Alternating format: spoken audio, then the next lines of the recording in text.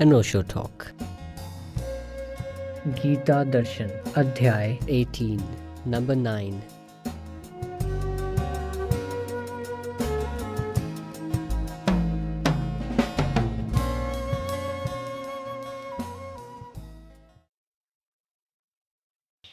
बुद्धेर्भेदं धृतेश्चैव गुणस्तत्त्रिविधं शृणु।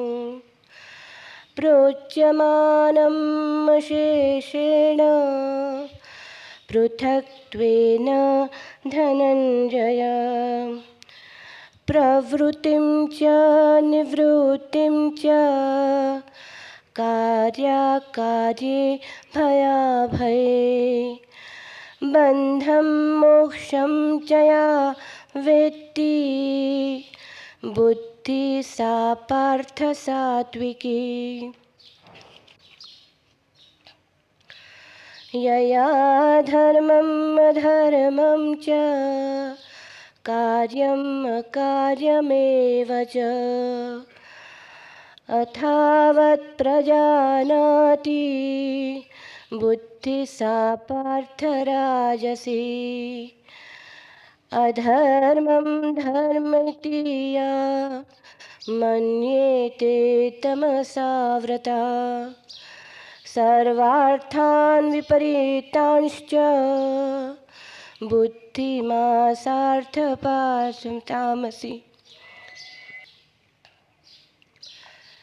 तथा हे अर्जुन, तू बुद्धि का और धारण शक्ति का भी गुणों के कारण 3 प्रकार का भेद संपूर्णता से विभाग पूर्वक मेरे से कहा हुआ सुन। हे पार्थ, प्रवृत्ति मार्ग से और निवृत्ति मार्ग को तथा कर्तव्य और अकर्तव्य को एवं भय और अभय को तथा बंधन और मोक्ष को जो बुद्धि तत्व से जानती है वह बुद्धि तो सात्विक है।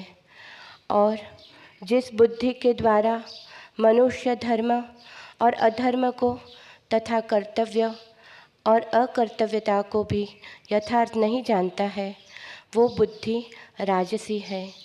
और हे अर्जुन, जो तमोगुण से आवृत्त हुई बुद्धि अधर्म को धर्म ऐसा मानती है तथा और भी संपूर्ण अर्थों को विपरीत ही मानती है वो बुद्धि तामसी है।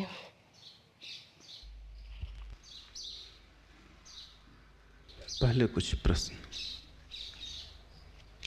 पहला प्रश्न, आप निरंतर एक हाथ से ताली बजा रहे हैं और हम नहीं सुन रहे हैं, यह हम समझे, लेकिन हमारी ताली एक हाथ से कैसी बजेगी?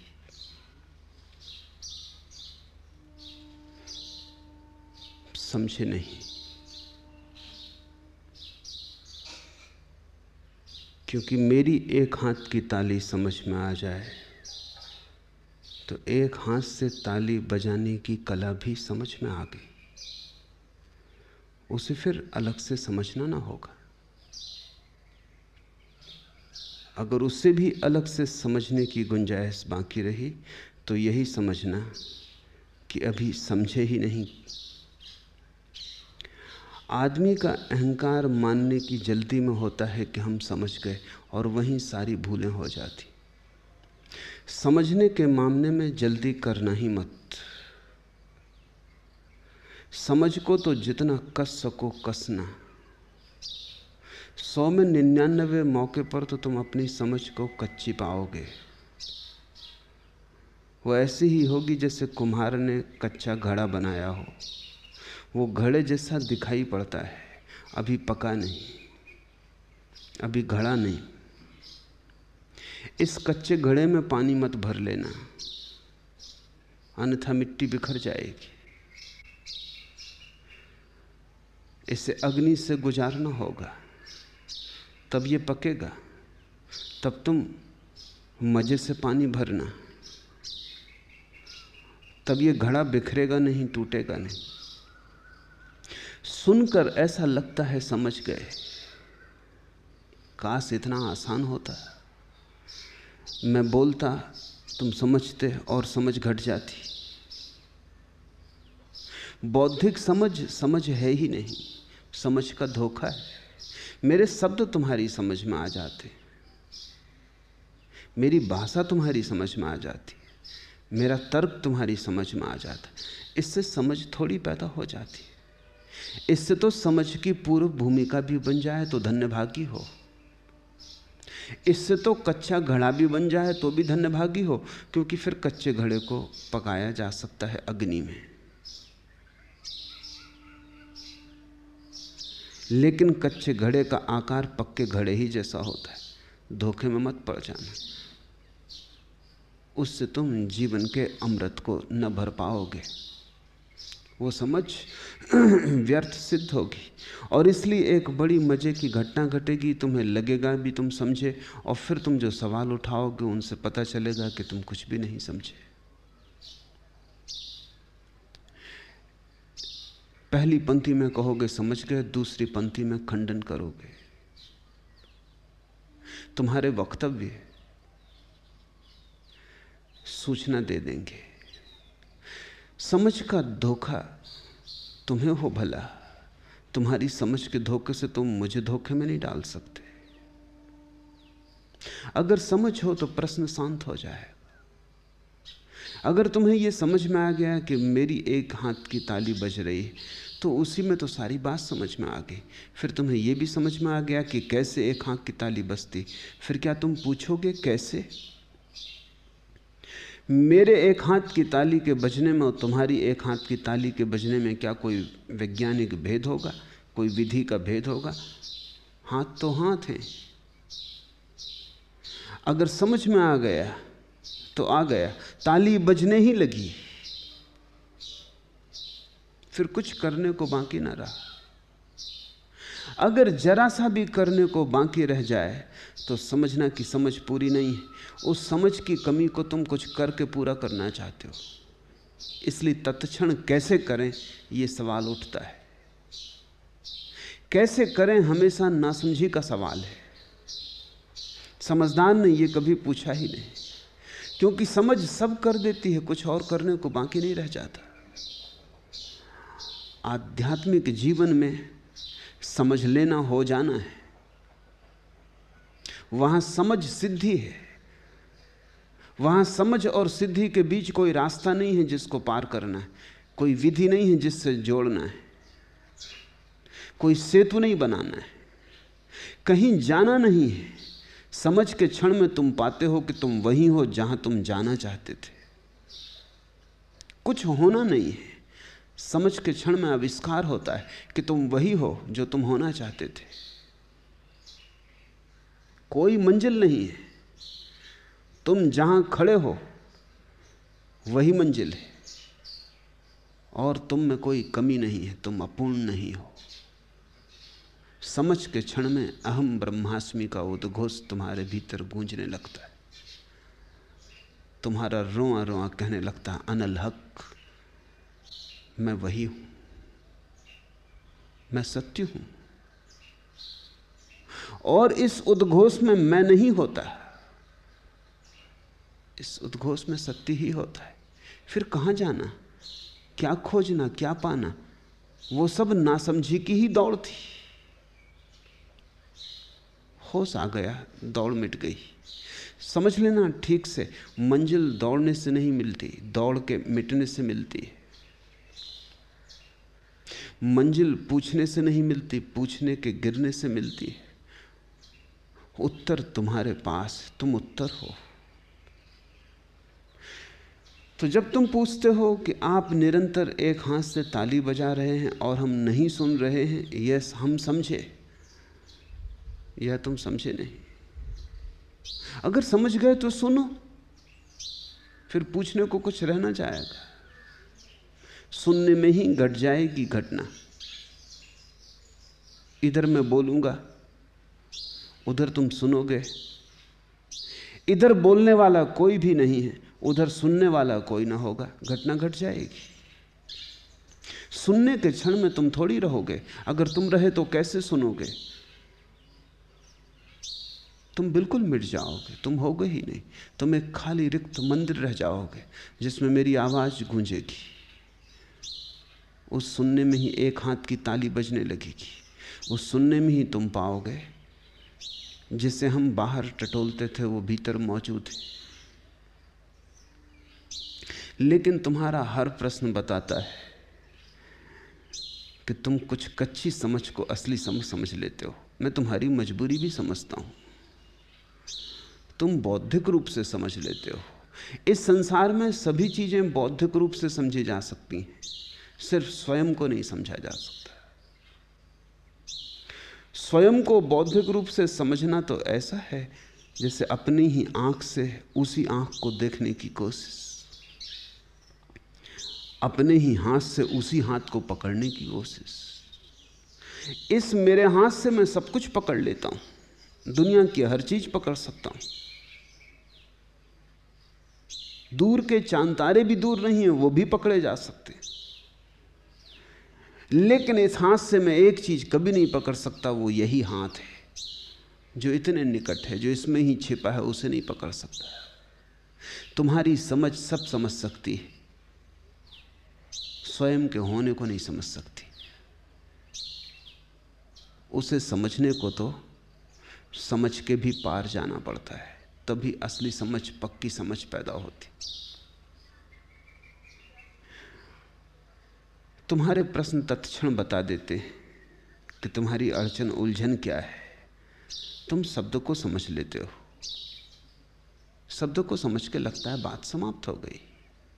अब और क्या समझने को बचा, अब कुछ करने को बचा। अब बताएं कि हम क्या करें, विधि बताएं। विधि कोई भी नहीं है,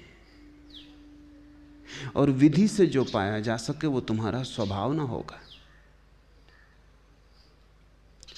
मार्ग से जहां तुम पहुंचोगे वो तुम्हारी आत्मा ना होगी, वो तुमसे बाहर होगी कोई चीज। तुम्हारी खोज तो तुम्हारे भीतर छिपी, जिसे तुम खोजते हो वो तुम ही हो, वो खोजने वाला ही है। इसी हाथ से इसी हाथ को कैसे पकड़ोगे? अगर ये समझ में आ गया तो क्या तुम रोगे, पूछोगे कि अब इस हाथ को कैसे पकड़ें? तब तुम जानोगे कि यह हाथ पकड़ा ही हुआ है, इसलिए पकड़ में नहीं आता।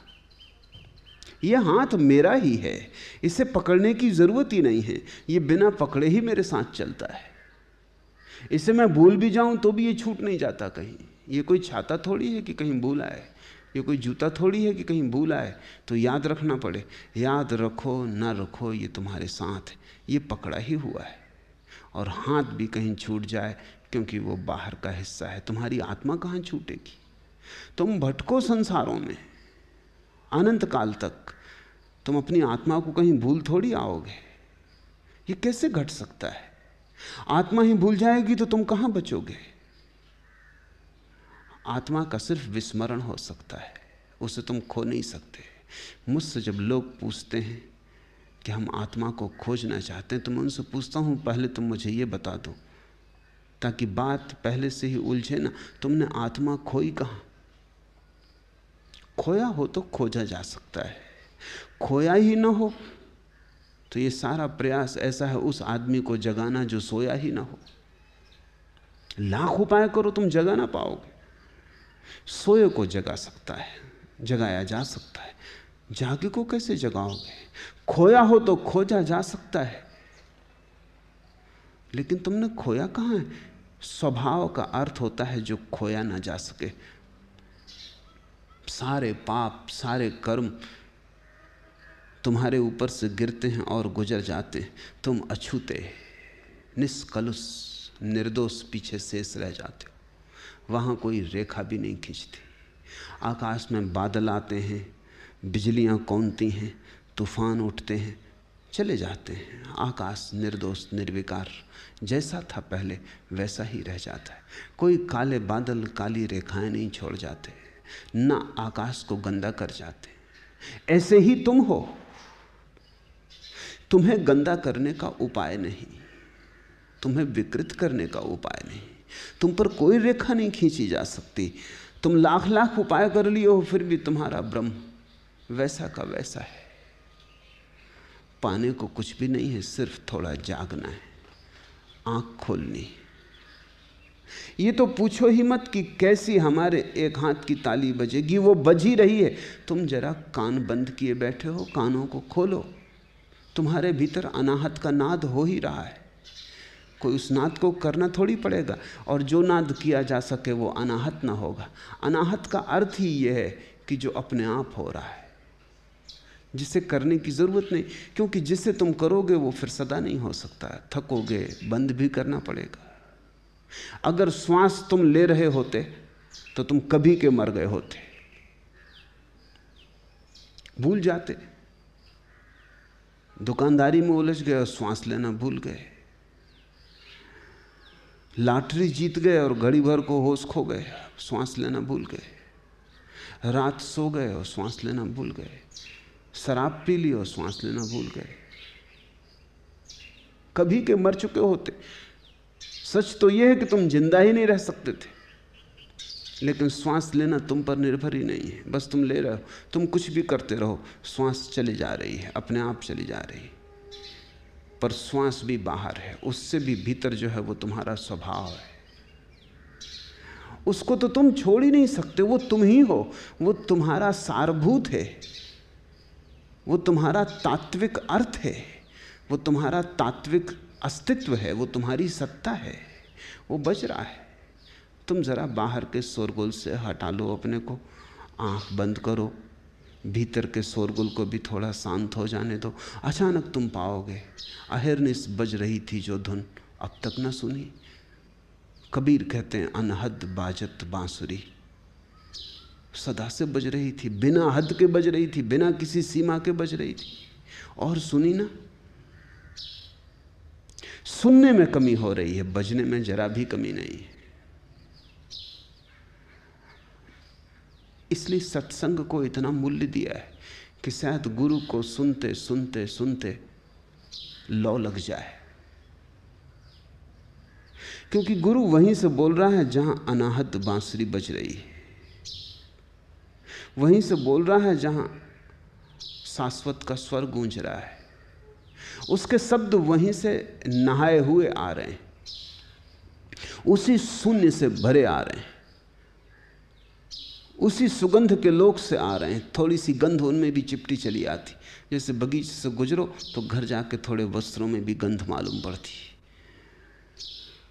थोड़ी लग गई। शब्द ला नहीं सकता सत्य को, लेकिन अगर सत्य के पास से निकल भी जाए तो सत्य की थोड़ी सी सुवास ले आता है। अगर उस सुवास में तुम्हारा मन लग गया, अगर तुमने मुझे सुना और समझा, अगर उस समझने में तुम शांत और चुप हो गए, मौन हो गए, धुन बंध गई, जिसको कबीर कहते हैं तारी लग गई, तो तुम मुझे सुनते सुनते अचानक एक क्रांति घटित होती पाओगे। मुझे सुनते सुनते सुनते किसी क्षण अचानक तुम्हें भीतर की बांसुरी जो सदा से बज रही है सुनाई पड़ने लगेगी। उसके लिए कुछ और करना नहीं। यह तो पूछो ही मत कि वो एक हाथ से कैसे बजेगी, और इस भ्रांति में मत पड़ो कि मैंने जो तुम्हें कहा है तुम समझ गए। समझ लेते बज ही जाती, बज ही रही थी, तुम सुन लेते। समझे नहीं तो पूछते हो कैसे। सारी विधियां अज्ञान से पैदा होती हैं, ज्ञान की कोई भी विधि नहीं है। ज्ञानी पुरुषों ने विधियां बताई, तुम पर दया करके समझौता किया है, अन्यथा कोई विधि नहीं है, कोई मार्ग नहीं।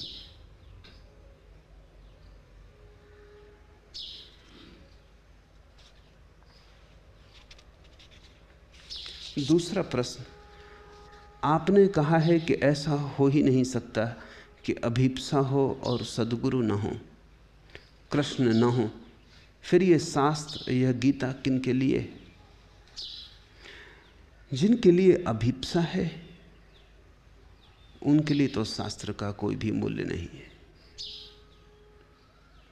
वे तो सद्गुरु को खोज लेंगे, उनके लिए शास्त्र तो तृप्त न कर पाएगा।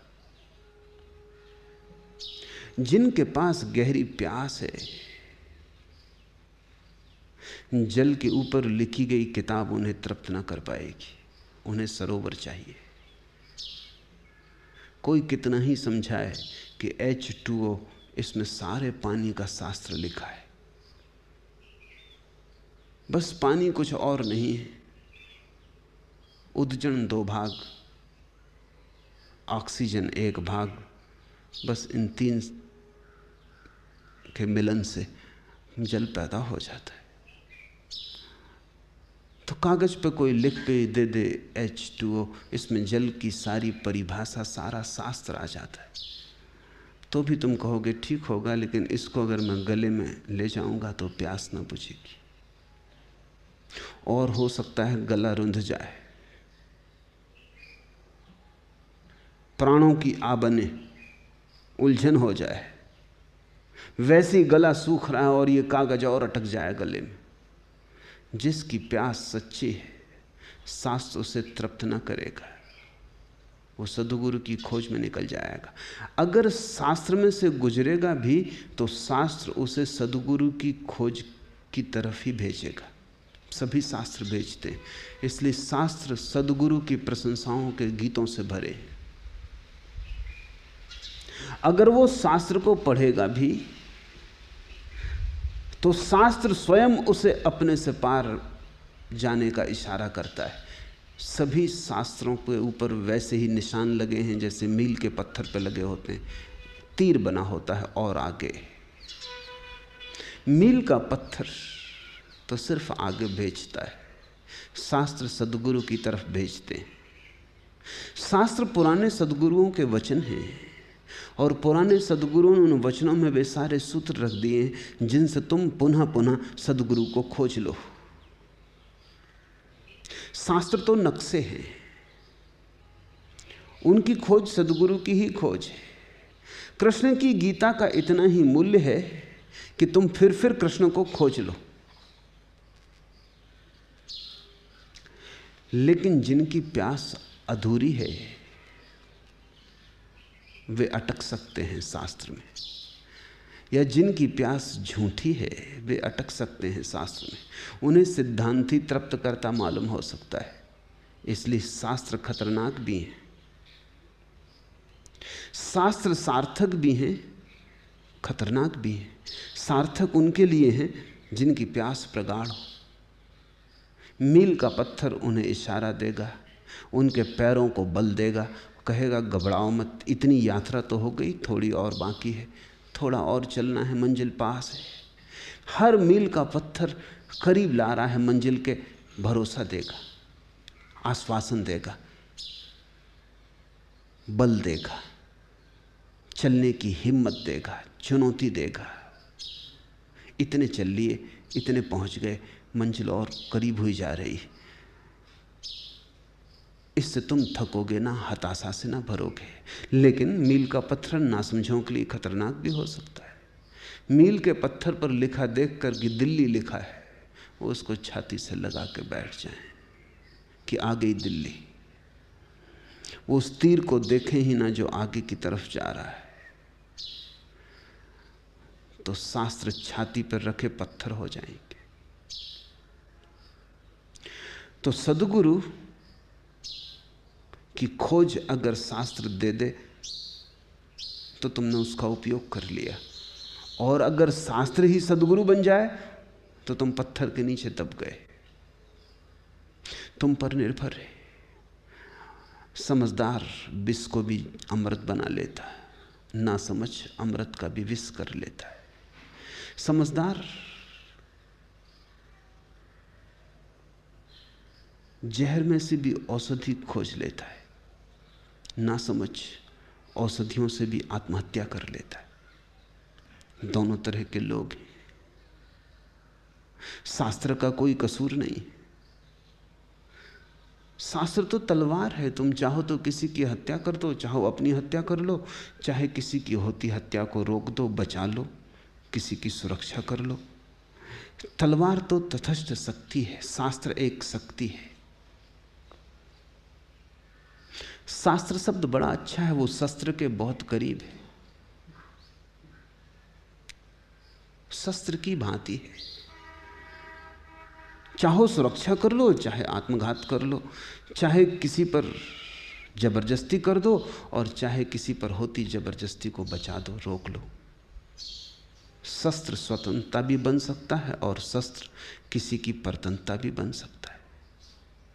अगर ना समझ हो तो अपने ही हाथ का शस्त्र अपने को ही चोट पहुंचा देगा। अगर समझदार हो तो वही शस्त्र तुम्हारा कवच बन जाएगा। दुनिया का कोई शस्त्र तुम्हें चोट ना पहुंचा पाएगा। अंततः तुम्हारी ही समझ काम आती है।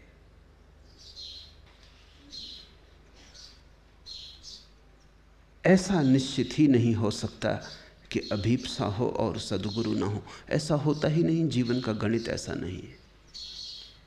प्यास है तो पानी होगा, भूख है तो भोजन होगा, अन्यथा हो ही नहीं सकता। ये जगत एक बहुत संयोजित व्यवस्था है, एक संगीतपूर्ण लयबद्ध व्यवस्था है। इसमें ऐसा नहीं होता कि एक चीज हो और अधर में लटकी हो, तब तो जगत एक अराजकता हो जाएगा। अगर तुम्हारे हृदय में प्रेम है तो तुम्हें कोई ना कोई प्रेम पात्र मिल जाएगा। अगर प्रेम पात्र होते ही ना होते तो प्रेम की आकांक्षा भी ना उठती। वस्तुतः जो जानते हैं वो कहते हैं इसके पहले परमात्मा प्रेम की आकांक्षा उठाए, उसने प्रेम पात्र बना दिए। इसके पहले की प्यास उठे, सरोवर तैयार है। इसके पहले की भूख लगे, वृक्षों में फल लगे।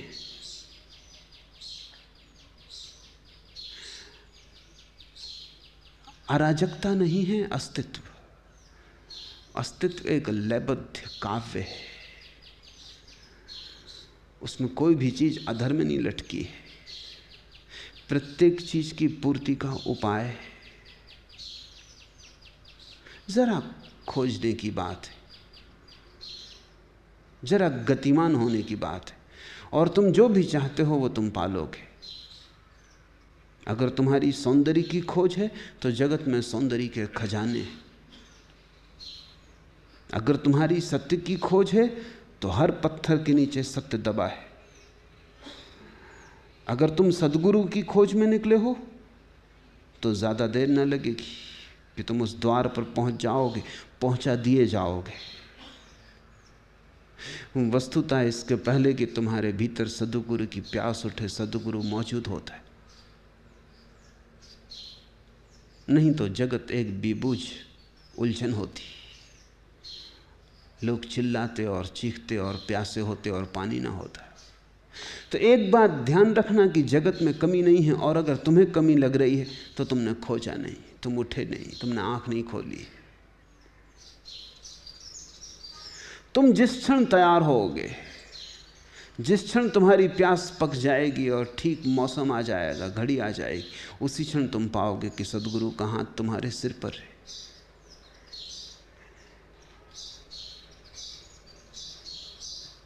और शास्त्रों का एक ही उपयोग है, वो पुराने सद्गुरुओं के छोड़े हुए चिन्ह,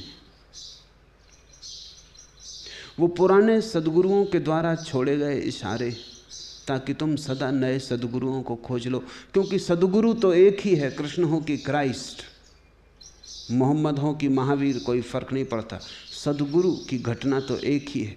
वो जो भीतर का जलता हुआ दिया है, वो महावीर में जले कि मोहम्मद में, इससे कोई फर्क नहीं पड़ता। वो दिया एक है, वो उसी परमात्मा का है। हजार हों दिए, रोशनी एक ही है। तो सभी पुराने सद्गुरु आने वाले शिष्यों की खोज के लिए शास्त्र छोड़ गए। तुम अगर मुझे प्रेम करते हो तो मैं हटते ही तुम्हारे लिए वो व्यवस्था छोड़ जाऊंगा कि तुम में अगर थोड़ी सी भी समझ हो तो तुम उसके आधार पर नए सद्गुरुओं को, जीवित सद्गुरुओं को खोज लोगे। अगर तुम मूढ़ हुए तो मुझसे बंधे रह जाओगे। अगर समझदार हुए तो तुम नए सद्गुरु को खोज लोगे, और तुम उस सद्गुरु में मुझको ही पाओगे। अगर तुम मुझसे बंधे रहे तो तुम मुझसे चूक जाओगे।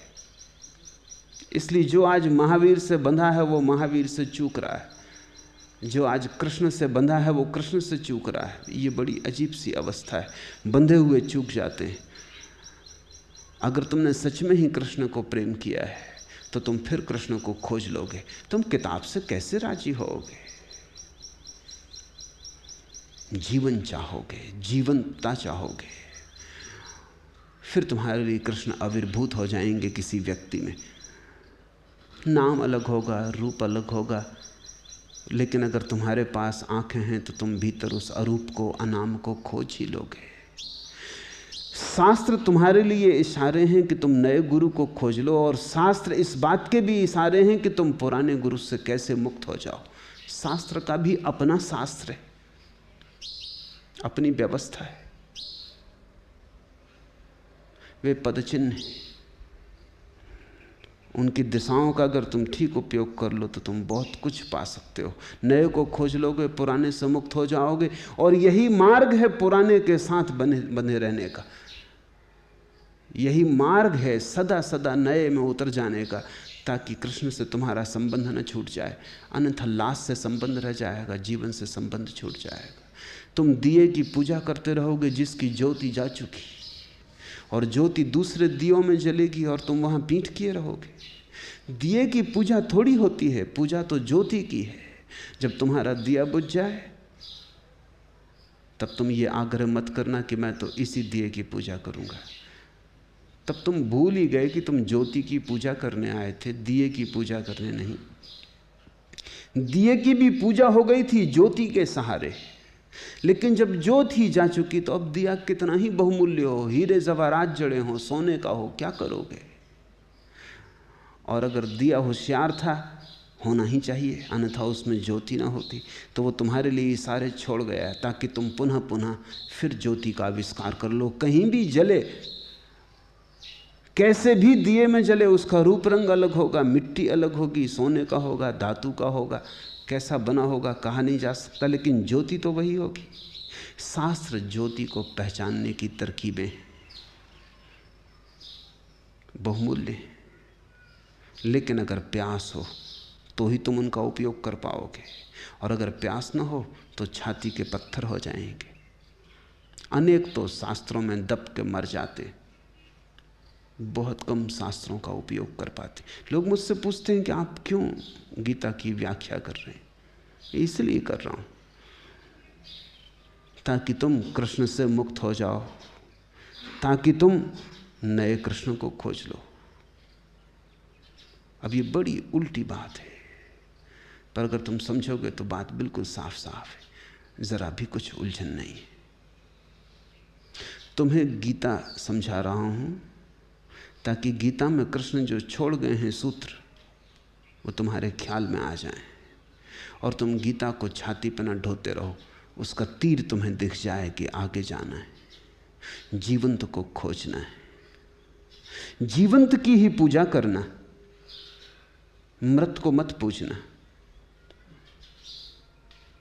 क्योंकि जीवंत में ही तुम पुनः पुनः उसे खोज लोगे जिसे तुम मृत में पूजते थे और कभी ना पा सकते थे।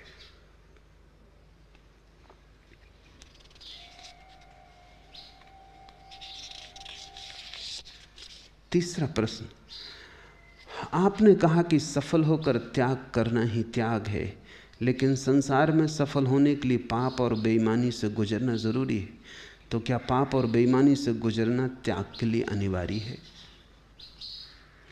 अंधेरे से गुजरे बिना तुम्हारे मन में प्यास ही पैदा न होगी प्रकाश की, और पाप से गुजरे बिना तुम पुण्य की आकांक्षा ना करोगे। महादुख से गुजरकर ही आनंद की अभीप्सा जगती है।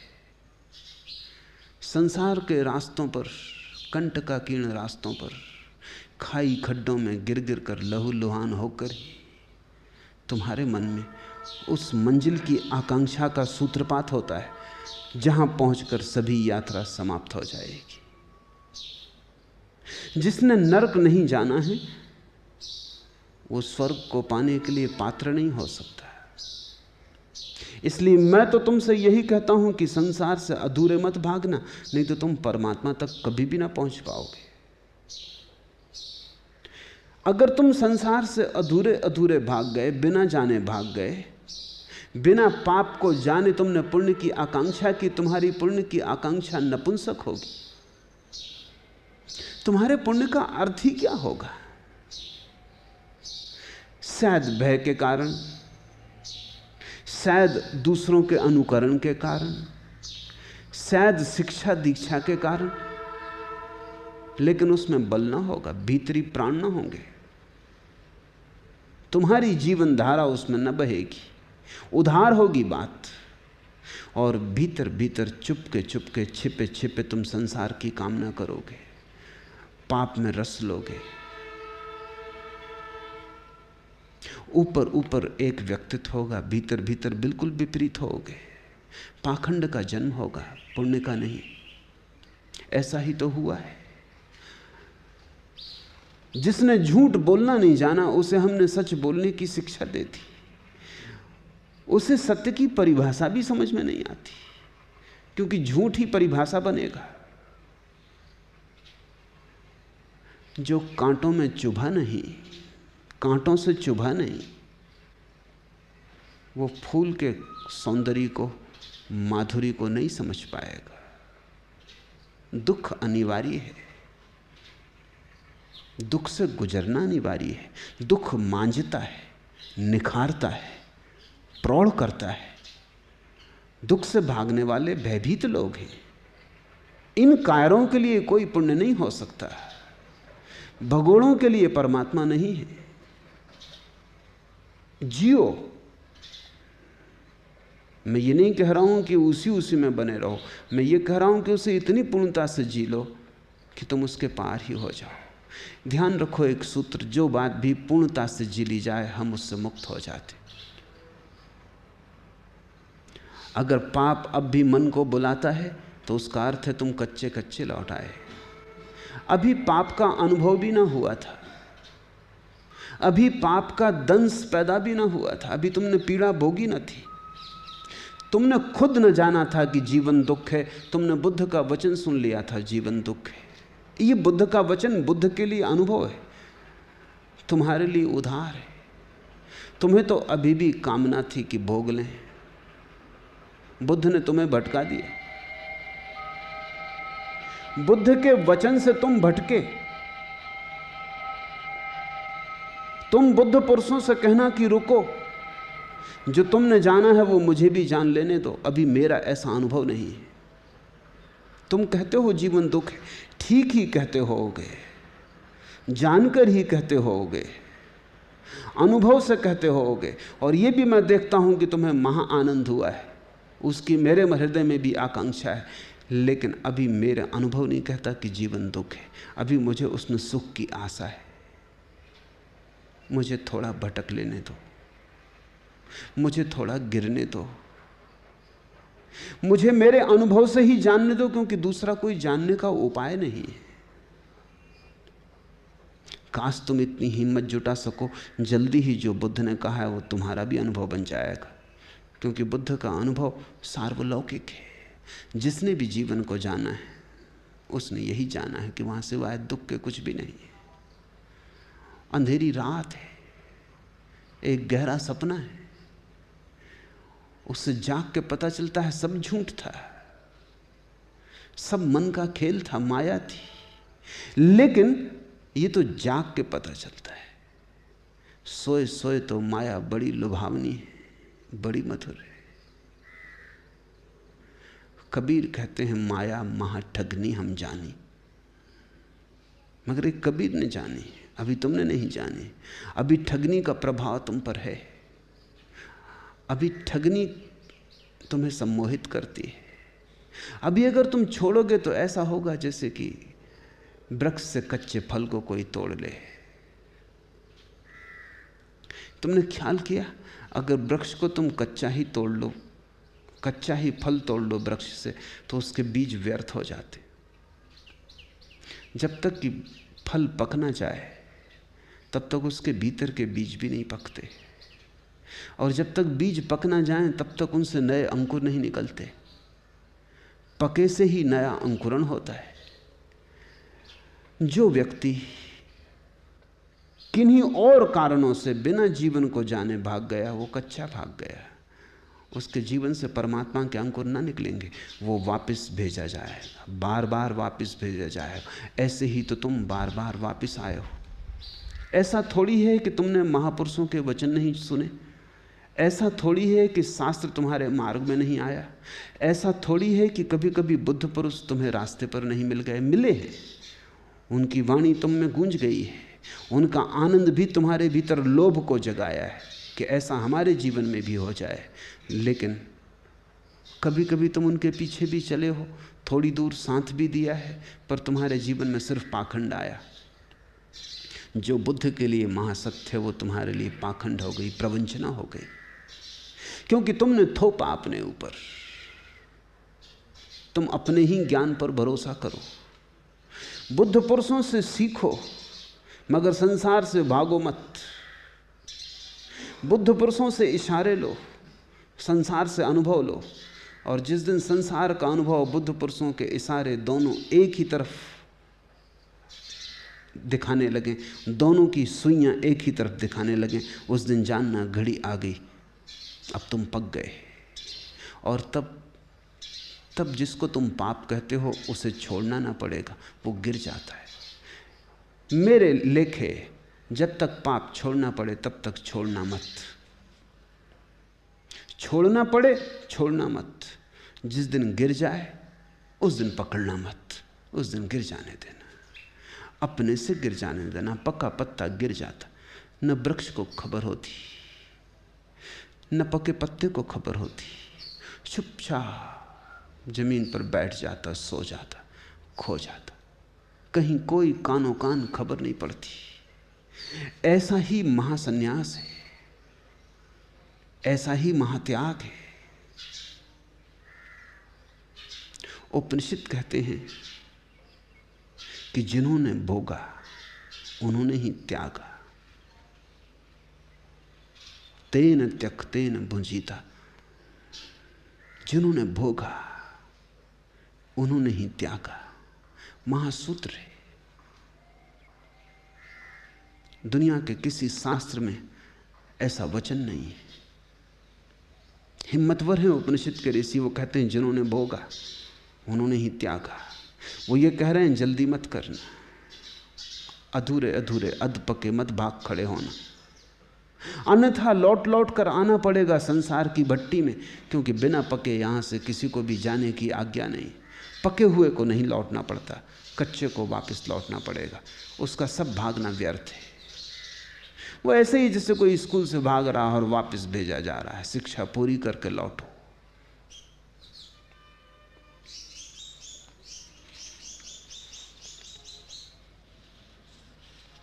तो न तो पाप से डरो न बेईमानी से डरो। मैं ये नहीं कह रहा हूं कि बेईमानी करो, मैं कहता हूं डरो मत। संसार तो बेईमानी है, हजार हजार तरह की बेईमानी है, पाखंड है, प्रवंचना है। गुजरो और जल्दी करो, अनुभव को पूरी प्रगाढ़ता से ले लो। अगर तुम समझदार हो तो बेईमानी का एक ही अनुभव तुम्हें बेईमानी से मुक्त कर जाएगा। अगर तुम्हें जरा भी होश है तो एक ही झूठ का अनुभव तुम्हें सदा के लिए झूठ के बाहर कर देगा, क्योंकि बार बार क्या दोहराना, भूल तो वही है। बार बार तो नासमझ दोहराते हैं। समझदार तो भूल करता है, लेकिन एक बार। समझदार बहुत भूलें करता है, लेकिन हर बार नहीं करता है। पुरानी क्या करनी है उसको, अगर ठीक से जी लिया तो बात खत्म हो गई। एक दफ़ा झूठ बोल के देख लिया, उसकी पीड़ा भोग ली, फिर कितने ही बार करो वही होगा, पुनरुक्ति होगी। पुनरुक्ति से कुछ ज्ञान नहीं मिलने वाला है, जो मिलना था वो पहले में ही मिल गया। पूरी प्रगाढ़ता से संसार को भोग लो। परमात्मा तुम्हें संसार में यूं ही नहीं भेज दिया है, कोई पीछे गणित है।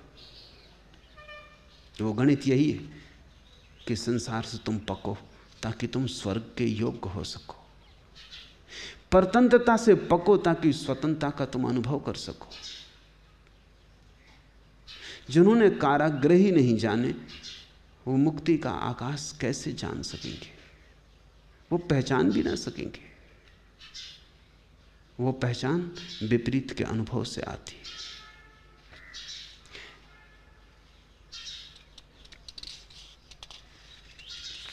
चौथा प्रश्न, गीता में इतनी पुनरुक्ति क्यों है? निश्चित ही बहुत पुनरुक्ति है। कृष्ण दोहराए ही चले जाते हैं, वही बात फिर, वही बात फिर। अगर तुम बुद्ध के वचन पढ़ो तो तुम और भी हैरान हो जाओगे। उन्होंने कृष्ण को भी मात कर दिया दोहराने में। वो दोहराए ही चले जाते हैं, वही बात, वही बात, वही बात। कृष्ण और बुद्ध जैसे लोग जब बात को दोहराते हैं तो कुछ राज होगा, कुछ राज है। पुराने दिनों में अलार्म की घड़ियां जो होती थीं वो एक ही बार अलार्म बजाती थी। अब नई घड़ियां रुक रुक के बजाती, क्योंकि मनोवैज्ञानिक इस नतीजे पर पहुंचे कि अगर नींद लगी हो और घड़ी एक ही बार अलार्म बजाए, चाहे पूरा 1 मिनट तक बजाए, 2 मिनट तक बजाए, तो भी नींद के टूटने की संभावना कम है।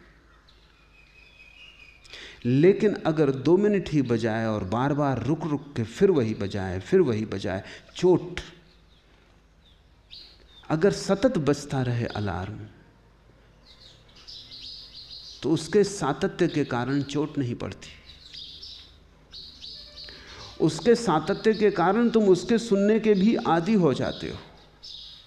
चोट पड़ती है रुक रुक के, फिर एक क्षण भर को रुक गया, फिर क्षण भर को रुका, फिर हथौड़ी की तरह चोट पड़ती। तो अब नई घड़ियों में अलार्म रुक रुक के बजता है। ज़्यादा संभावना है कि रुकने वाली घड़ी तुम्हें जल्दी जगा देगी।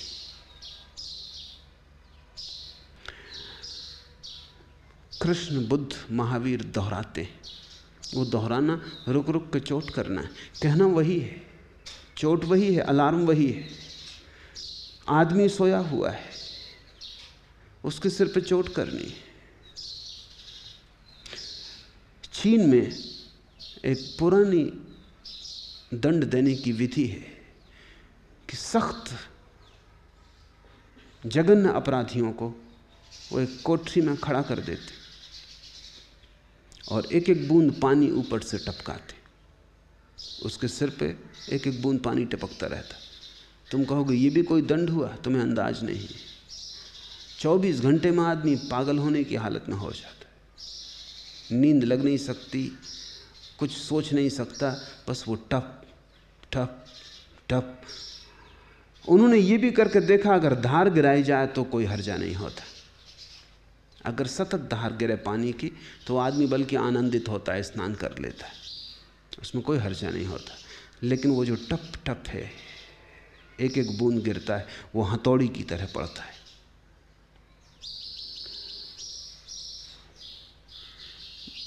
बुद्ध पुरुषों ने अपनी बातों को बहुत दोहराया है। बातें वही हैं। कृष्ण की पूरी गीता एक पोस्ट कार्ड पर लिखी जा सकती, जो भी सार की बातें जिनको उन्होंने फिर फिर दोहराया है।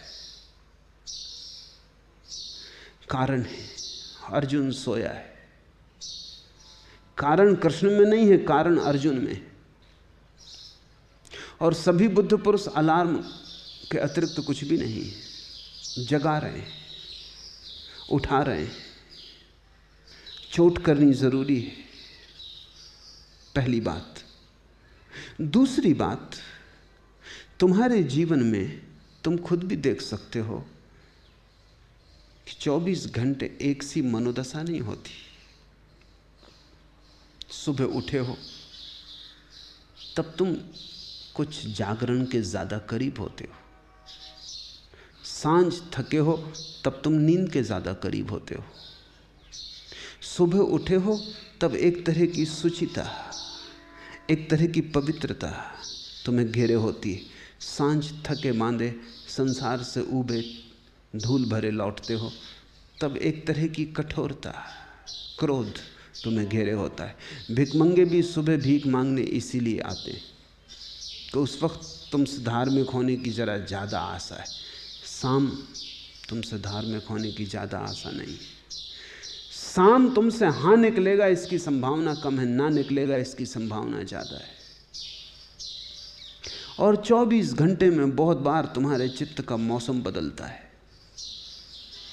चित्त की भाषा बदलती।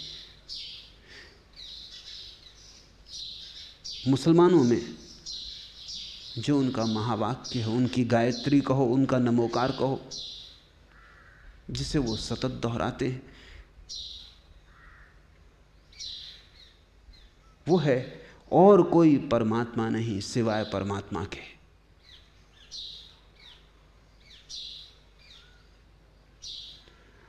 ये बड़ा प्यारा वचन है, और कोई परमात्मा नहीं सिवाय परमात्मा के। इसको मुसलमान निरंतर दोहराते, लेकिन सूफी फकीर इसको नहीं दोहराते। वो कहते हैं ये बहुत बड़ा है। समझो, सूफी फकीर कहते हैं कि हम मर रहे हैं, सांस टूट रही, और हमने कहा और कोई परमात्मा नहीं, और मर गए, तो हम नास्तिक की तरह मर गए। कोई परमात्मा नहीं ये कहते हुए मर गए। कोई परमात्मा नहीं सिवाय परमात्मा के। अब वो सिवाय परमात्मा अगर न कह पाए तो आखिरी घड़ी जवान नास्तिक की हो गई, आखिरी क्षण प्राण नास्तिक के हो गए। ये तो बड़ा दुर्भाग्य हो जाएगा। इसलिए वो कहते हैं इतना बड़ा सूत्र हम नहीं दोहराते, हम तो सिर्फ परमात्मा परमात्मा, अल्लाह अल्लाह। कौन जाने किस घड़ी मरना हो जाए। और वो ये भी कहते हैं कि कौन जाने किस घड़ी तार मिल जाएं। तो हम इतनी लंबी लकीर नहीं दोहराते, क्योंकि कहीं तार मिलने का वक्त और हम दोहरा रहे हैं कि नहीं कोई परमात्मा, और तभी वो घड़ी चूक जाए जबकि संयोग होने के करीब था। और जब हम आए इस शब्द पर सिवाय परमात्मा के, तब घड़ी ही ना हो।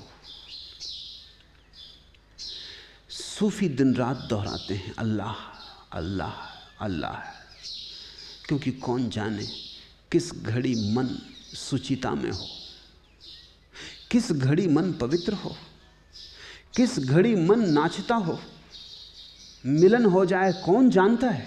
मिलन पहले कभी हुआ नहीं, इसलिए हमें उसका कुछ हिसाब भी नहीं है। अंधेरे में टटोलते हैं, कब द्वार पर हाथ पड़ जाएगा कौन जानता है। 24 घंटे टटोलते हैं। कृष्ण और बुद्ध और महावीर और मोहम्मद अपने शिष्यों के सामने दोहराए चले जाते हैं एक ही बात 1000 बार, कौन जाने कब सुनाई पड़ जाए। क्षण होते।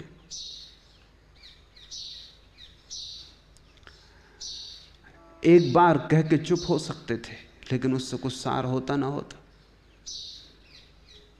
एक ज़ैन फकीर हुआ, उससे किसी ने जाके पूछा कि मैं जरा जल्दी में हूं, तुम सार की बात मुझे कह दो, फिर मिलना हो न हो। तो वो चुप ही रहा। उसने कहा कि तुम चुप मत रहो, मैं जल्दी में हूं, जा रहा हूं, फिर दोबारा तुमसे मिलना हो या ना हो, कुछ कह दो। उस फकीर ने कहा मैंने कहा, सार की बात तो कह दी, चुप हो जाना। अब तुम जो भी मुझ पे जोर डालोगे वो पुनरुक्ति होगी।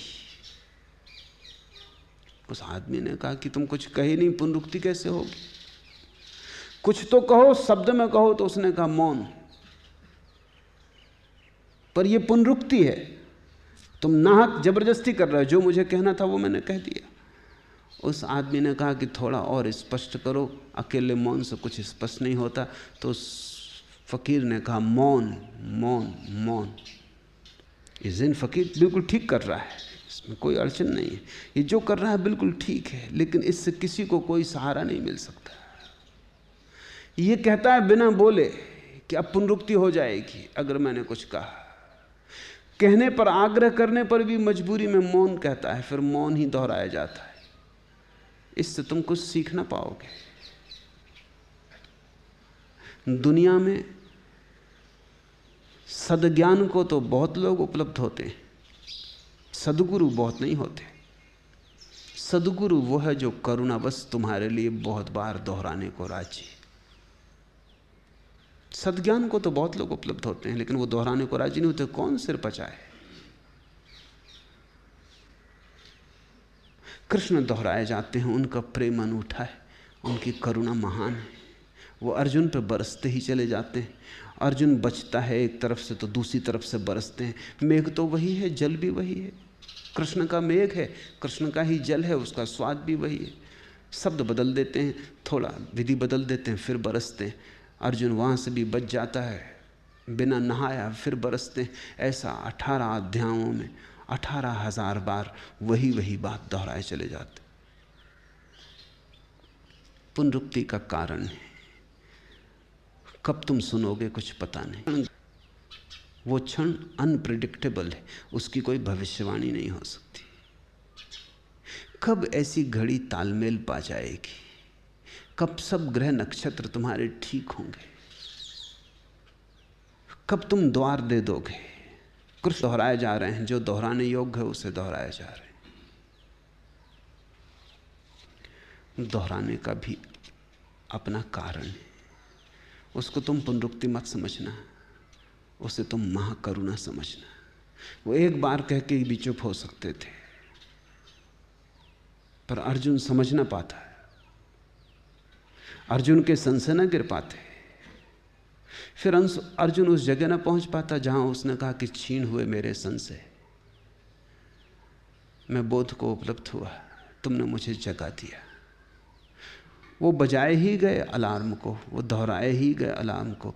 अर्जुन ने बहुत करवटें ली और बहुत बार दुलाई ओढ़ के सो गया, लेकिन कृष्ण का अलार्म बजता ही रहा। वो जब तक उठा नहीं, जब तक उनसे कहा नहीं कि जाग गया हूँ, जब तक हाथ मुंह न धो लिया, चाय का एक कप न पी लिया, जब तक पूरे होश से न भर गया, तब तक वो जगाए ही गए। अगर अर्जुन न जागता तो मैं जानता हूं कि अगर 18,000 अध्याय भी कृष्ण को कहने पड़ते तो वो कहते। मुझसे लोग पूछते कि कृष्ण की गीता तो थोड़े में समाप्त हो गई, आप 5 साल से बोले चले जा रहे, क्योंकि आधुनिक अर्जुन और भी गहरी नींद में, क्योंकि तुम और भी बुरी तरह सोए हो।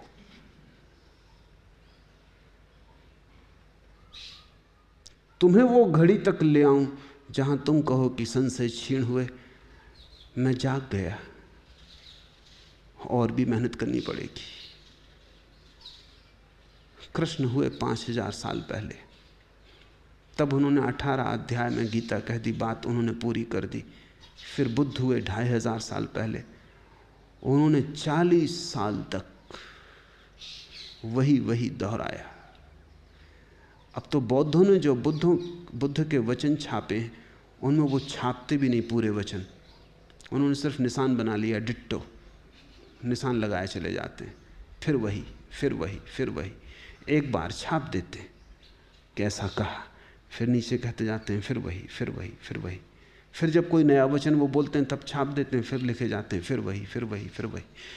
कोई छापने तक को राजी नहीं है बुद्ध के पूरे वचन, क्योंकि 40 साल वो पुनरुक्ति कर रहे हैं। लेकिन वो भी वक्त गया, 2,500 साल बीत गए। तुम्हें मेरी तकलीफ, तुम्हें मेरी अड़चन समझ में आ नहीं सकती। मैं भी दोहराए चला जा रहा हूं। तुम सोचते हो मैं कुछ नई बातें रोज कह रहा हूं। परमात्मा के संबंध में नया कहने को हो भी क्या सकता है, वही कहता हूं, थोड़ा रंग रूप बदल देता हूं। बाएं से बोलता, दाएं से बोलता, ऊपर से बोलता, नीचे से बोलता, दिशाएं थोड़ी बदलता हूं। कभी कथाओं से बोलता हूं, प्रतीकों से, संकेतों से, कभी सीधा सीधा बोलता हूं, कभी पतंजलि की भाषा में, कभी कृष्ण की भाषा में, कभी बुद्ध, कभी लाओसे की भाषा में, पर बोलता तो वही हूं। बोलता तो उतना ही हूं जितना ज़ैन फकीर बोला चुप रह के, और फिर कहने लगा पुनरुक्ति हो जाएगी। पुनरुक्ति ही है, फिर भी तुम नहीं जागते हो। और जब तक तुम न जागो तब तक नए नए उपाय खोजने पड़ेंगे, पुनरुक्ति को दोहराना पड़ेगा। और इस भांति दोहराना पड़ेगा कि तुम्हें पुनरुक्ति भी न मालूम पड़े, क्योंकि अगर तुम्हें पुनरुक्ति भी मालूम पड़ने लगे तो भी तुम नींद में सो जाओगे, क्योंकि पुनरुक्ति भी नींद लाती है।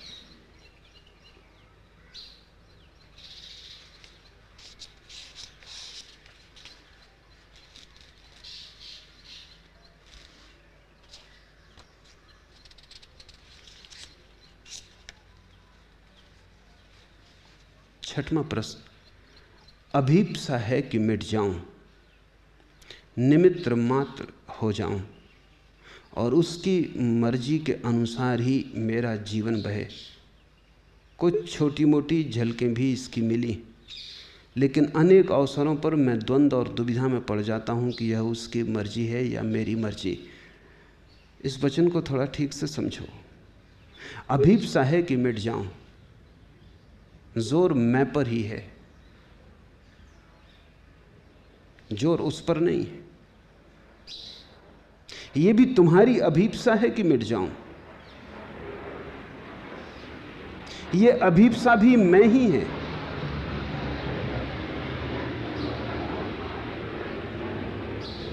निमित्त मात्र हो जाऊं, गौर से सुनो तो भीतर तुम्हें मैं सुनाई पड़ेगा।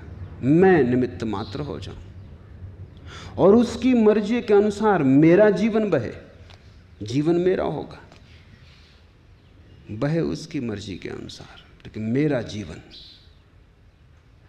कुछ छोटी मोटी इसकी झलकें भी मिली, वो मैं पीछे खड़ा, वो कह रहा है कि कुछ नहीं मिला, ऐसा भी नहीं, काफी मिला भी है, कुछ झलकें भी मिली। लेकिन अनेक अवसरों पर मैं द्वंद्व और दुविधा में पड़ जाता हूं। वो मैं खड़ा ही है द्वंद्व और दुविधा में पड़ने को,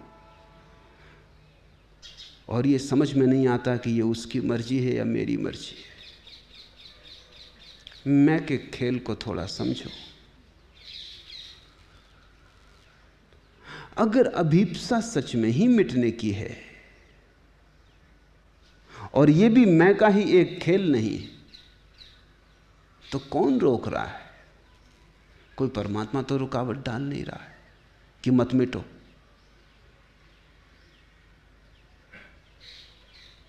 लेकिन मुझे ऐसा लगता है कि अभीप्सा सब ऐसी ही है। जैसा एक दिन मुल्ला नसरुद्दीन की पत्नी मेरे पास आई और उसने कब चलना होगा, आपको बहुत अड़चन हो गई, मुल्ला आत्महत्या कर रहा है। मैंने कहा तुम घबराओ मत, जिसने कभी कुछ नहीं किया वो आत्महत्या भी क्या करेगा। तो वो बोली कि नहीं, ये मामला ही और है, आप मजाक हंसी मत समझे, वो गंभीर है। सब इंतजाम कर लिया और दरवाज़ा बंद किए, कहीं कुछ हो ना जाए, आप चलो। मैं गया, दरवाज़ा खटखटाया, मैंने पूछा कि सुना है नसरुद्दीन आत्महत्या कर रहे हो? ऐसा शुभ अवसर हमें भी देख लेने दो, खोलो। रोकेंगे नहीं, क्योंकि रोकने का हम कोई कारण ही नहीं पाते कि रोकने की कोई ज़रूरत पड़ेगी। कोई बाधा ना डालेंगे, सिर्फ देखना है कि कैसे करते हो। दरवाज़ा खोला, स्टूल पर खड़े थे, छप्पर से रस्सी बांध रखी थी, वो कमर में बांध रहे थे। कमर में रस्सी बांध रहे हो, आत्महत्या करनी तो गले में बांधो। बोला कि पहले गले में बांधी, लेकिन बड़ी रुकावट मालूम पड़ती है, गला रुंधता मालूम पड़ता, तकलीफ मालूम पड़ती, इसलिए कमर में बांध रहे। कमर में बांध के तुम झूलते रहो सदा सदा के लिए, इससे मरोगे नहीं। इस तरह की धारणा के पीछे उसी तरह की आत्महत्या है। करना भी चाहते हो, लेकिन गले में बांधने पर गला रुंधता है, तकलीफ मालूम पड़ती, आंख में आंसू आते हैं, तो फिर कमर में बांध लेते हो और ये ख्याल रखते हो कि हम मरने की तैयारी कर रहे हैं। अभीप्सा है कि मिट जाऊं, जोर बड़ा मालूम पड़ता है अभीप्सा का। मिटने की अभीप्सा में ऐसा जोर होना ही नहीं चाहिए, वो तो एक निवेदन होगा। और फिर रोक कौन रहा है? सिवाय तुम्हारे तुम्हें कोई मिटने से रोक नहीं सकता। कोई दुनिया की शक्ति तुम्हें रोक नहीं सकती मिटने से, सिवाय तुम्हारे। वस्तुतः सारी दुनिया चाहती कि तुम मिट ही जाओ, एक तुम ही अड़े हो कि नहीं मिटेंगे। सब तुम्हें सहयोग देना चाहते कि चलो एक प्रतियोगी कम हुआ, यही कुछ कम, एक से उपद्रव मिटा। दुनिया तुम्हें रोकना नहीं चाहती, तुम ही रुके हो। और रुकने का कारण यह है कि तुम्हारी मिटने की अभीप्सा के पीछे भी तुम ही खड़े हो। तुम घोषणा करना चाहते हो दुनिया के सामने कि देखो मैं मिट गया, तुम्हारे जैसा नहीं हूं, मिट गया, निमित्त मात्र हो गया।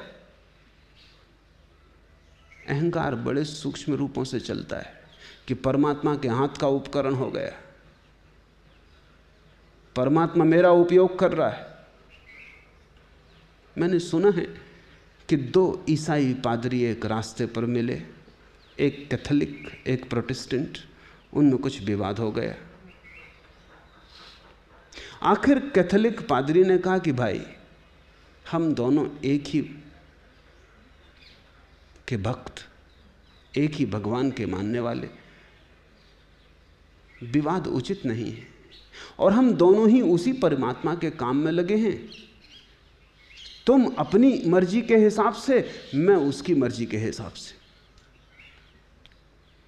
हम दोनों उसी के काम में लगे हैं, तुम अपनी मर्जी के हिसाब से, मैं उसकी मर्जी के हिसाब से।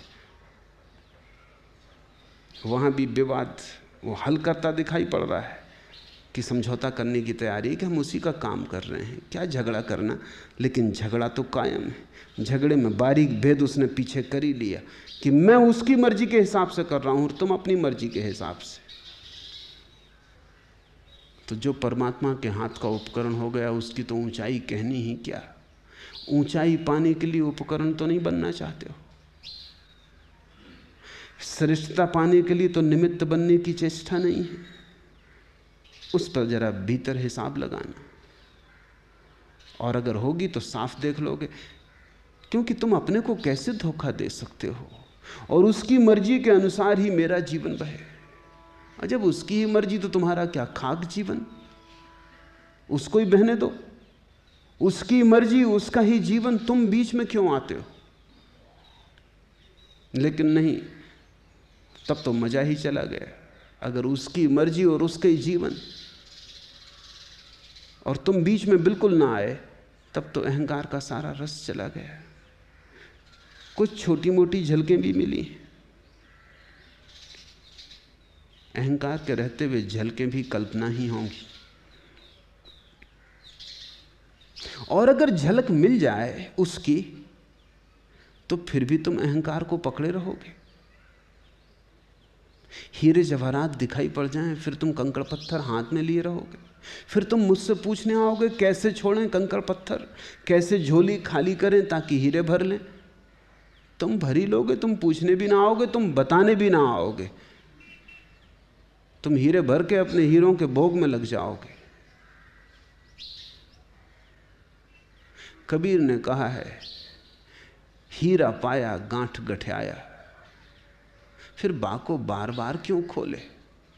अब मिल गया हीरा, उसको जल्दी से आदमी गांठ में लपटा लेता, फिर खोल के भी नहीं देखता कि कोई और न देख ले, फिर भागता वहां से कि किसी को पता ना चल जाए। हीरा पाके तुम चिल्लाते थोड़ी हो कि मिल गया। और जब हीरा मिल जाता है तो तुम हाथ में जगह हमेशा बना ही लेते हो। कुछ छोटी मोटी झलकें मिली हैं, वो कल्पना रही होंगी। अगर वे कल्पना न थी तो अनेक अवसरों पर फिर मैं द्वंद्व और दुविधा में पड़ जाता हूं कि ये उसकी मर्जी है या मेरी मर्जी। जब भी द्वंद्व और दुविधा हो तब समझना कि ये तुम्हारी ही मर्जी है, क्योंकि द्वंद्व और दुविधा का उसकी मर्जी से कोई संबंध ही नहीं। उसकी मर्जी निर्द्वंद है, उसका इशारा दुविधा मुक्त है, उसके सामने कोई विकल्प ही नहीं है, उसका भाव निर्विकल्प है। उसके सामने यह या वह ऐसे कोई विकल्प नहीं है, नहीं तो वो इस प्रकृति को बना ही ना पाता। तुम थोड़ा सोचो, इतना विराट जो चलता है, अगर इसके पीछे भी कोई दुविधापूर्ण चित्त हो जो सोचे कि आज सूरज को उगाना कि नहीं, कि आज तारों को चलाना कि नहीं, कि आज लोगों को सांस लेवाना कि नहीं, कि आज फूल खिलें या नहीं, कि इस बार आम में आम ही लगे कि नींद चल जाए। तुम थोड़ा सोचो, अगर कोई दुविधापूर्ण चित्त इस अस्तित्व के पीछे हो तो खूब भयंकर मजाक हो जाए। फिर तो कुछ भरोसा ही ना करना तुम। फिर तो इस जीवन में रत्ती भर खड़े होने की जगह ना रह जाए, ये तो एक महा भयंकर नरक हो जाए। नहीं, उसके पीछे कोई दुविधा नहीं है, वहां कोई विकल्प नहीं है, चीजें सहज हो रही हैं जैसी हो रही हैं। अगर तुम्हें द्वंद्व और दुविधा मालूम पड़े तो पहचान लेना ये तुम्हारी ही मर्जी। इसको मैं कसौटी कहता हूं। जिस दिन उसकी मर्जी होगी उस दिन न कोई द्वंद्व है न कोई दुविधा है। जब तक तुम्हारी मर्जी है तब तक द्वंद्व और दुविधा है। निर्द्वंद, दुविधा मुक्त, निर्विकल्प, कोई विकल्प भी ना रह जाए। ऐसा भी ना हो कि बाएं जाऊं कि दाएं जाऊं। बस तुम पाओ कि कोई उपाय ही नहीं है, तुम दाएं चले जा रहे हो, बाएं है ही नहीं। बाएं जैसी कोई चीज ही नहीं, बस तुम चले जा रहे हो, बहे जा रहे हो। इससे अन्यथा हो ही नहीं सकता। जिस दिन ऐसी प्रतीत होने लगे समझना कि उसकी मर्जी। लेकिन ध्यान रखना ये अभीप्सा में भी अहंकार ना बच जाए। ये भी कहीं अहंकार का ही मजा ना हो कि हम उसकी मर्जी से चल रहे हैं। उसने हमें इस योग्य माना है कि उसके उपकरण हो जाएं। अहंकार बड़ा सूक्ष्म है, बड़े बारीक उसके रास्ते हैं, उससे थोड़े सावधान रहना। अन्यथा साधक के लिए सबसे बड़ी कठिनाई अहंकार से आती, संसार से नहीं। संसार भी क्या कठिनाई पैदा करेगा, असली कठिनाई अहंकार से है। और साधना के जगत में बड़े सूक्ष्म अहंकार की तृप्ति हो सकती है। जो जाग कर न चलेगा वो बुरी तरह भटक जाएगा। लेकिन सूत्र साफ है। अगर तुम अपने को भटकाना ही चाहो तो बात अलग, अन्यथा सूत्र बिल्कुल साफ है। अगर तुम ठीक से खोजोगे तो तुम्हें हमेशा चीजें साफ दिखाई पड़ जाएंगी। मुल्ला नसरुद्दीन एक दिन एक मित्र के घर आया, मैं भी बैठा था। मित्र शराब ढाल रहे थे, पुराने पियक्कड़ हैं। नसरुद्दीन भी पुराना पीने वाला है, ये मैं भी भली भांति जानता था। लेकिन मेरे सामने पता ना चले। मित्र को तो कुछ ख्याल ना रहा। उन्होंने कहा कि अच्छे आए बड़े मियाँ। अकेला था और अकेले पीने में कुछ मज़ा आता नहीं, ठीक मौके पे आ गए। नसरुद्दीन ने मेरी तरफ देखा और कहा, क्या? मैंने कभी जीवन में शराब छुई भी नहीं, मैं पीने से इनकार करता हूँ। 3 कारण न पीने के। पहला, मैंने कभी शराब पी ही नहीं। दूसरा, मैं एक सभा में बोलने जा रहा हूँ शराब के खिलाफ, सो पी के जाना उचित ना होगा। और तीसरा, मैं घर से ही पी के चला हूँ।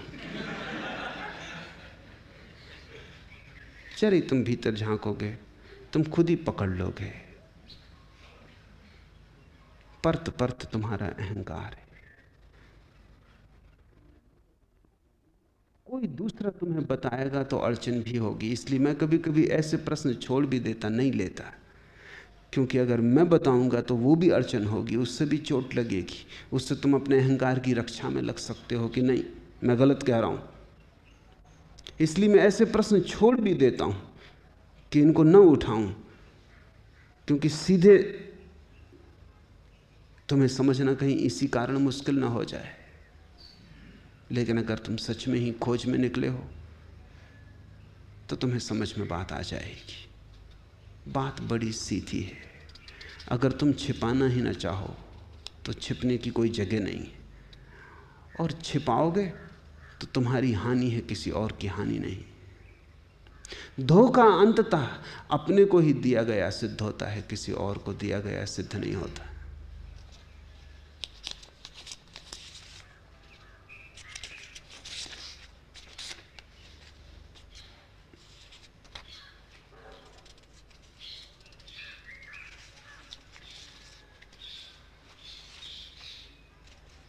अब सूत्र, तथा हे अर्जुन, तू बुद्धि का और धारणा का भी गुणों के कारण 3 प्रकार का भेद संपूर्णता से विभाग पूर्वक मेरे से कहा हुआ सुन। हे पार्थ, प्रवृत्ति मार्ग और निवृत्ति मार्ग को तथा कर्तव्य और अकर्तव्य को एवं भय और अभय को तथा बंधन और मोक्ष को जो बुद्धि तत्व से जानती है वह बुद्धि तो सात्विकी है। और हे पार्थ, जिस बुद्धि के द्वारा मनुष्य धर्म और अधर्म को तथा कर्तव्य और अकर्तव्य को भी यथार्थ नहीं जानता है वह बुद्धि राजसी है। और हे अर्जुन, जो तमोगुण से आवृत्ति हुई बुद्धि अधर्म को धर्म ऐसा मानती है तथा और भी संपूर्ण अर्थों को विपरीत ही मानती है, वह बुद्धि तामसी है। कृष्ण हर वचन के पहले कहते हैं, हे पार्थ, मुझसे कहा हुआ सुन। सुनने पर बड़ा जोर है। अर्जुन चूकता जाता है, सुन नहीं पाता। कृष्ण कहे जाते हैं और अर्जुन नहीं सुन पाता। कृष्ण कुछ कहते हैं, अर्जुन कुछ सुनता है। वो सुनने से चूकता जा रहा है। सुई बैठती ही नहीं कृष्ण के हृदय पर उसकी। वो वही नहीं सुन पाता जो कृष्ण कहना चाहते हैं, कह रहे हैं। इसलिए संवाद लंबा हुआ जाता है। इसलिए हर वचन के पहले वो कहते हैं, हे पार्थ, मेरे से कहा हुआ सुन। ये जो 3 गुण हैं सांख्य के, बड़े अनूठे हैं, जीवन के हर पहलू पर लागू हैं। ये कोई दर्शन शास्त्र नहीं है, ये जीवन का सीधा सीधा विश्लेषण। ऐसा है, प्रकृति त्रिगुणमयी है। इसलिए स्वभावतः प्रत्येक चीज़ों के 3 गुण होंगे और उन 3 के विभाजन से समझ के लिए बड़ी सुविधा मिलती है। उन कोटियों से चीज़ें साफ दिखाई पड़ने लगती हैं और जिनके मन अंधेरे में दबे, धुएं से घिरे, उलझे उलझे, उनके लिए काफ़ी सहारा हो जाता है। तमोगुण से आवृत्ति हुई बुद्धि अधर्म को धर्म ऐसा मानती है। वो जो तमस से दबा हुआ व्यक्ति है, उसका लक्षण वो अधर्म को धर्म जैसा मानता है। उसकी बुद्धि विपरीत होती है। वो प्रकाश को अंधेरा मानता है, अंधेरे को प्रकाश मानता है। वो जीवन को मृत्यु की तरह जानता है, वो मृत्यु को जीवन की तरह जानता है।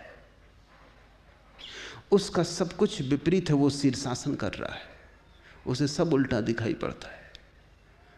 उसकी खोपड़ी उल्टी है। मुल्ला नसरुद्दीन के संबंध में कहानी कि जब वो लड़का था, छोटा था, तो उसका नाम उल्टी खोपड़ी था। क्योंकि अगर तुम्हें चाहिए हो कि वो चुप बैठे तो तुम्हें कहना चाहिए कि नसरुद्दीन शोरगुल कर, तब वो चुप बैठता था। अगर तुम चाहते हो कि वो शोरगुल करे तो तुम्हें कहना चाहिए नसरुद्दीन चुप बैठो, तब वो शोरगुल करेगा। तुम जो कहोगे वो उससे विपरीत करेगा। अहंकार विपरीत करने में जीता है। तमस गहन अहंकार है। एक दिन बाप नसरुद्दीन के साथ नदी से लौट रहा है। गधे पर नसरुद्दीन के रेत के बोरे लादे हुए हैं। पुल पर से दोनों गुजर रहे हैं। बोझ भारी है और गधे की बाएं तरफ बोरा ज़्यादा झुका हुआ है। बाप डरा।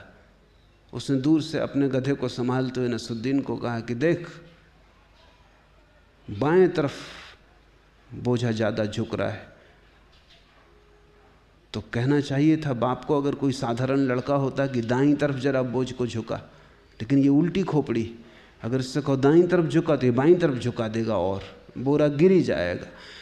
तो बाप ने कहा कि देख बेटा, बाईं तरफ बोरे को जरा झुका, दाईं तरफ ज़्यादा झुक रहा है।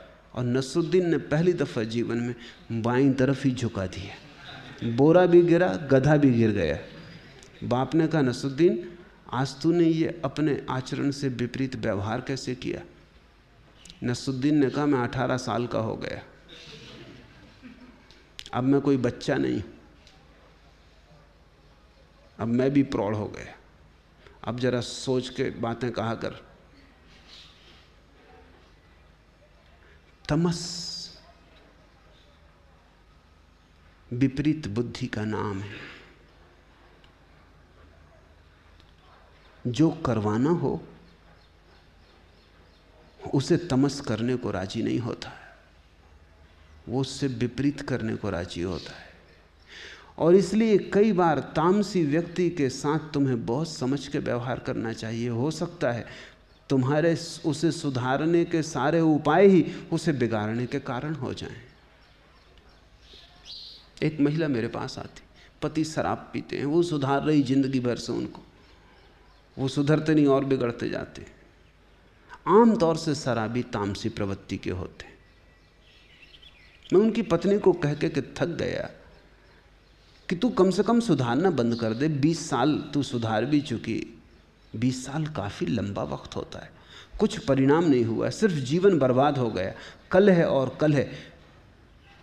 या तो तू उन्हें सुधार रही है या वो शराब पी के घर में उपद्रव कर रहे हैं। बस 2 ही घटनाएं घटती रहीं 20 साल से। दोनों ही असुखद, दोनों ही दुखपूर्ण है। पति नहीं छोड़ते, कृपा करके तू इनको सुधारना ही छोड़ दे। वो सुधारना नहीं छोड़ सकती। मैंने उससे कहा कि 3 दिन तू कृपा कर, 3 दिन कुछ भी मत कह। उसने दूसरे दिन मुझे आके कहा कि ये नहीं हो सकता, मुझसे भी नहीं रहा जाता। वो भी तामसी प्रवृत्ति है। तो मैंने कहा कि मैं ही कम से कम तेरे से कहना बंद करूं कि तू सुधारना बंद कर, क्योंकि ये तो झंझट बड़ी है।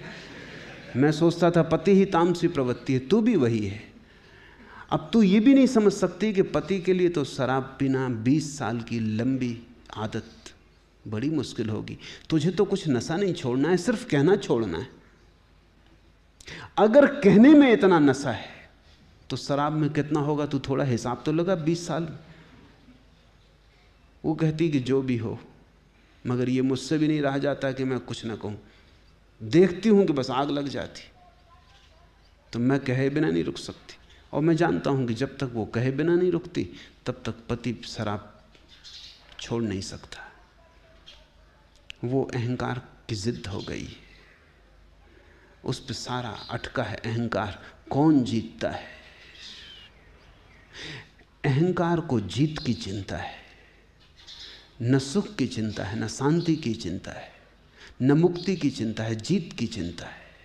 और जीतना भी किससे? इस गरीब पत्नी से जीतने के लिए वो अपना जीवन गंवा रहा है, और ये गरीब पत्नी भी उस गरीब पति से जीतने के लिए अपना जीवन गंवा रही है। ये 20 साल में मोक्ष मिल सकता था, इस 20 साल में सिर्फ नरक बढ़ा है। लेकिन तामसी प्रवृत्ति के व्यक्ति की वो आदत है, उसे बदलना भी बड़ा कठिन मामला है। उससे थोड़ा सोच के बोलना चाहिए। उससे जो करवाना हो वही करने को नहीं कहना चाहिए। क्योंकि हे अर्जुन, जो तमोगुण से आवृत हुई बुद्धि है वो अधर्म को धर्म ऐसा मानती, संपूर्ण अर्थों को विपरीत मानती, वह बुद्धि तामसी है। और हे पार्थ, जिस बुद्धि के द्वारा मनुष्य धर्म और अधर्म को तथा कर्तव्य और अकर्तव्य को भी यथार्थ नहीं जानता, वह बुद्धि राजसी है। तामसी बुद्धि उल्टा करके देखती है, सात्विक बुद्धि सीधा सीधा देखती है।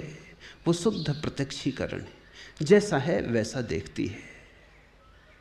पत्थर को पत्थर, फूल को फूल, धर्म को धर्म, अधर्म को अधर्म, जैसा है वैसे को वैसा ही देखना सात्विक बुद्धि है। जैसा नहीं है वैसा देखना, उल्टा देखना तामसी बुद्धि है। दोनों के मध्य में राजसी बुद्धि है। राजसी बुद्धि जिस बुद्धि के द्वारा धर्म और अधर्म को तथा कर्तव्य अकर्तव्य को भी यथार्थ नहीं जानता है, ठीक ठीक समझ में नहीं आता क्या क्या है, वो मध्य में उलझा हुआ है, विभूचन में पड़ा हुआ है। कुछ कुछ समझ में भी आता है, कुछ कुछ समझ में नहीं भी आता है। धर्म भी कुछ धर्म मालूम पड़ता है, अधर्म भी कुछ धर्म मालूम पड़ता है। अधर्म भी अधर्म जैसा दिखाई पड़ता है और धर्म में भी कुछ अधर्म दिखाई पड़ता है। राजसी व्यक्ति मध्य में खड़ा है, वो आधा आधा बटा है, वो त्रिशंकु है। इसलिए तुम तामसी व्यक्ति को भी राजसी व्यक्ति से ज़्यादा शांत और स्वस्थ पाओगे। ये बड़ी अनूठी घटना है।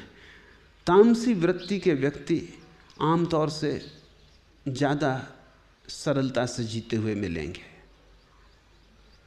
क्योंकि कोई दुविधा नहीं है, साफ ही है। उन्हें जो साफ है वो बिल्कुल गलत है, लेकिन उनकी तरफ से उन्हें साफ है। खाओ पियो मौज करो, ये उनकी परम गति है, इसके पार कुछ है नहीं। चार्वाक ने कहा है, ऋणम कृत्वा घितम पिबेत। अगर ऋण लेके भी घी पीना पड़े पियो, क्योंकि मर के कोई लौटता है, चुकाना किसको है? उधारी कहीं होती है संसार में, जिसने ले लिया ले लिया, जिसने ना लिया वो ना समझ। लूट खसोट भी करनी पड़े तो कर लो, क्योंकि 4 दिन की जिंदगी गई तो गई, भोगना मत छोड़ देना, क्योंकि मर के फिर कोई वापस नहीं लौटता। अब ये चारवाक का जो पूरा जीवन दर्शन है वो तमस पर आधारित है। वो जो तामसी वृत्ति का व्यक्ति है उसका ही जीवन दर्शन है। ये चारवाक शब्द भी बड़ा अच्छा है। चारवाक का अर्थ है जिसके वचन बड़े मधुर हैं। चारु वाक, मधुर वचनों वाला। ये बात बड़ी मधुर लगती है कि खाओ पियो मौज करो, उधार भी लेके करना पड़े करो, चुकाना किसको है। ये कानून अदालत ये सब आदमी के ढोंग धतूरे, कोई फिक्र नहीं। न कोई पाप है, न कोई पुण्य है, न कोई स्वर्ग है, न कोई परलोक है। ये सब पंडितों ब्राह्मणों पुरोहितों की ईजाद है, इनके धोखे में मत पड़ो। चारवाक ने कहा ये धूर्तों की खोज है। स्वर्ग मोक्ष धर्म पुण्य ये सब बकवास है। सार इतना है कि भोग लो, पी लो जितना पीना हो, फिर दोबारा आना ना होगा। न कोई आत्मा है, न कोई अमृतत्व है, क्षणभंगुर जीवन है। पर बस यही जीवन है। चारवाक दर्शन को चारुवाक नाम मिल गया। करोड़ों लोगों के उसके वचन बड़े प्रीतिकर लगे होंगे। दूसरा नाम है चारवाक का लोकायत। लोकायत का अर्थ है जिससे लोक में स्वीकृति, जिसे अनेक लोग मानते हैं, बहुसंख्या मानती। तुम हैरान होगे क्योंकि तुम्हें चारवाकवादी कहीं भी नहीं मिलेगा, लेकिन अगर तुम खोजोगे तो तुम्हें 100 में से 99 चारवाकवादी मिलेंगे। कोई हिंदू बन के बैठा है, कोई मुसलमान बन के बैठा है, कोई ईसाई बन के बैठा है, लेकिन जरा कपड़े उतार के भीतर खोजो तुम पाओगे चारवाक। लोकायत नाम बिल्कुल अच्छा है। अधिक लोग चारवाक को ही मानते हैं। वो भला पूजा महावीर की करते हो, नाम मोहम्मद का लेते हो, अंततः चरण चारवाक के पकड़े हुए। उनका जीवन बताएगा, क्योंकि कहते वो कुछ हों, जो वो करते हैं उससे ही प्रमाण मिलेगा। मगर फिर भी तुम पाओगे कि ये लोग एक तरह के शांत होंगे, इनके जीवन में बहुत दुविधा नहीं है। अज्ञानी आदमी में भी एक तरह की शांति होती है, जैसा ज्ञानी आदमी के जीवन में एक महाशांति होती, उसकी थोड़ी सी झलक अज्ञानी में भी मिलती। कारण है ज्ञानी भी सुनिश्चित है कि सत्य सत्य है, असत्य असत्य है। अज्ञानी भी सुनिश्चित है कि उसे जिसे वो सत्य समझता है वो सत्य, और जिसे असत्य समझता है वो असत्य। दोनों कम से कम सुनिश्चित है। मध्य में दोनों के राजसी व्यक्ति है, वो डमाडोल है। वो ऐसे जैसे रस्सी पे चल रहा हो, कभी बाएं झुकता कभी दाएं झुकता है। उसे दोनों बातें ठीक भी लगती हैं और इतनी ठीक भी नहीं लगती कि चुन ले। वो हमेशा दुविधा में है। राजसी व्यक्ति हमेशा उलझन में है, वो निर्णय नहीं कर पाता, आधा आधा जीता है। इसलिए राजसी व्यक्ति सबसे ज़्यादा तनावग्रस्त होगा। उसके जीवन में सबसे ज़्यादा तनाव, अशांति, बेचैनी, उत्तेजना होगी।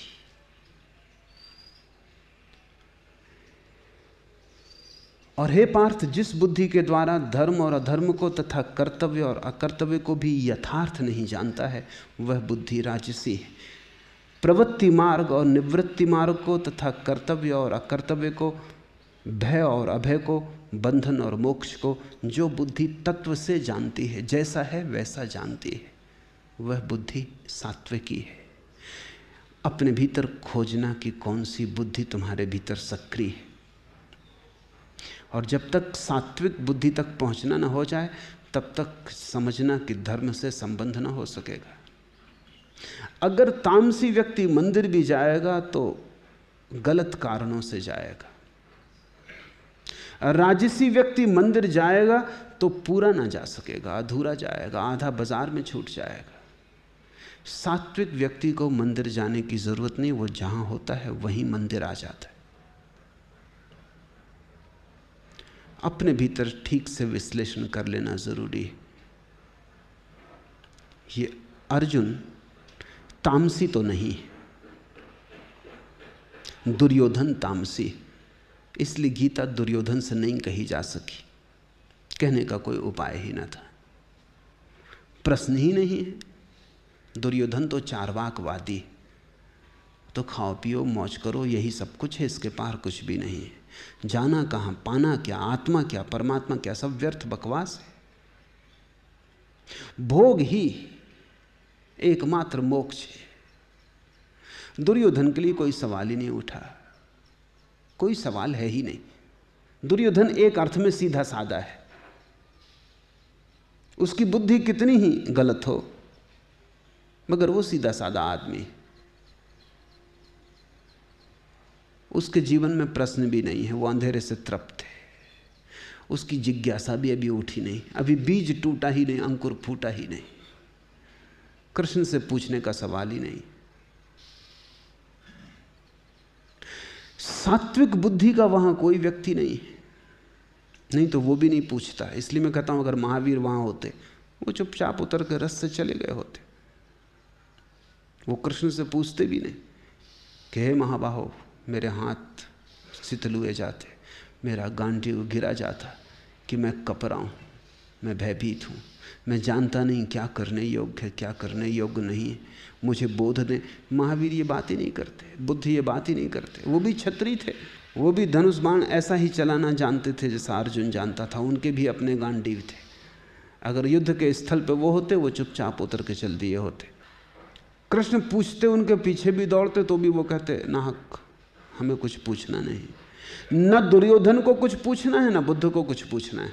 पूछना अर्जुन को है। अर्जुन राजसी है, वो मध्य में है।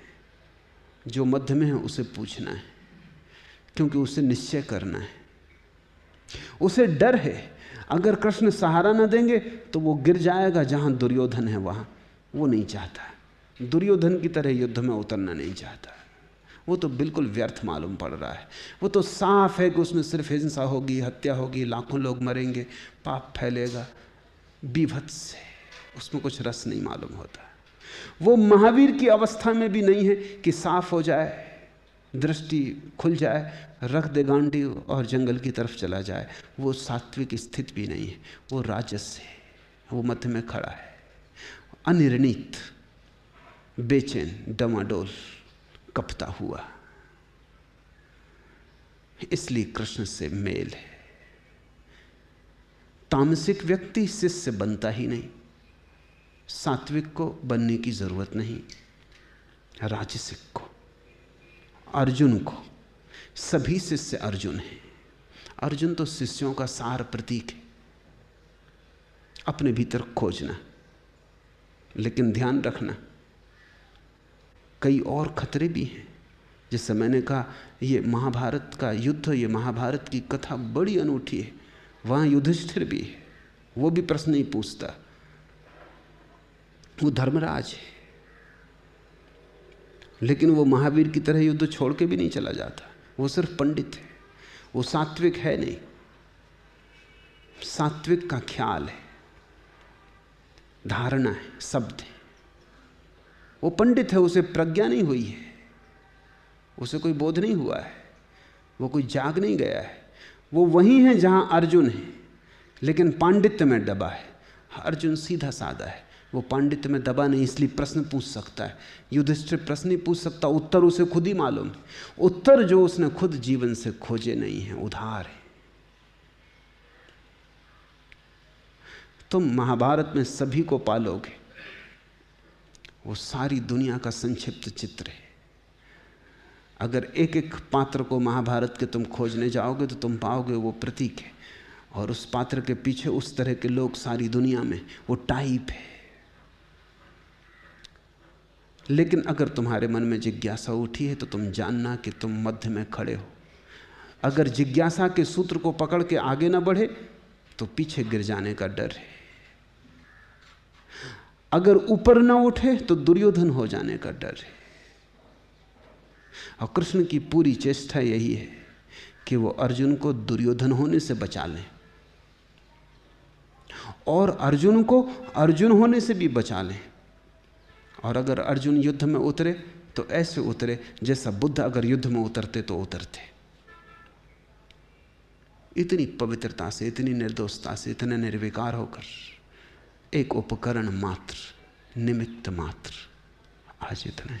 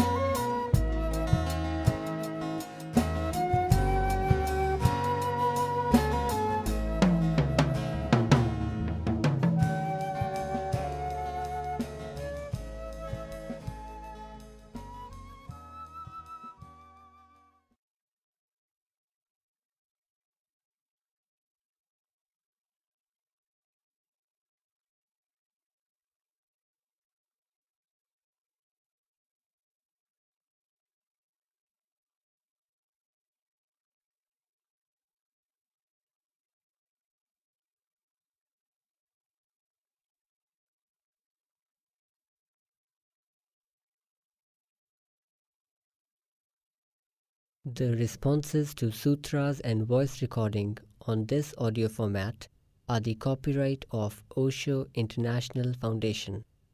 Copyright dates 1953 through 2003. All rights reserved. Reproduction in any media is prohibited. सूत्रों पर दिए गए संबोधन और ऑडियो माध्यम में मुद्रित आवाज़ पर ओशो इंटरनेशनल फाउंडेशन के कॉपीराइट हैं।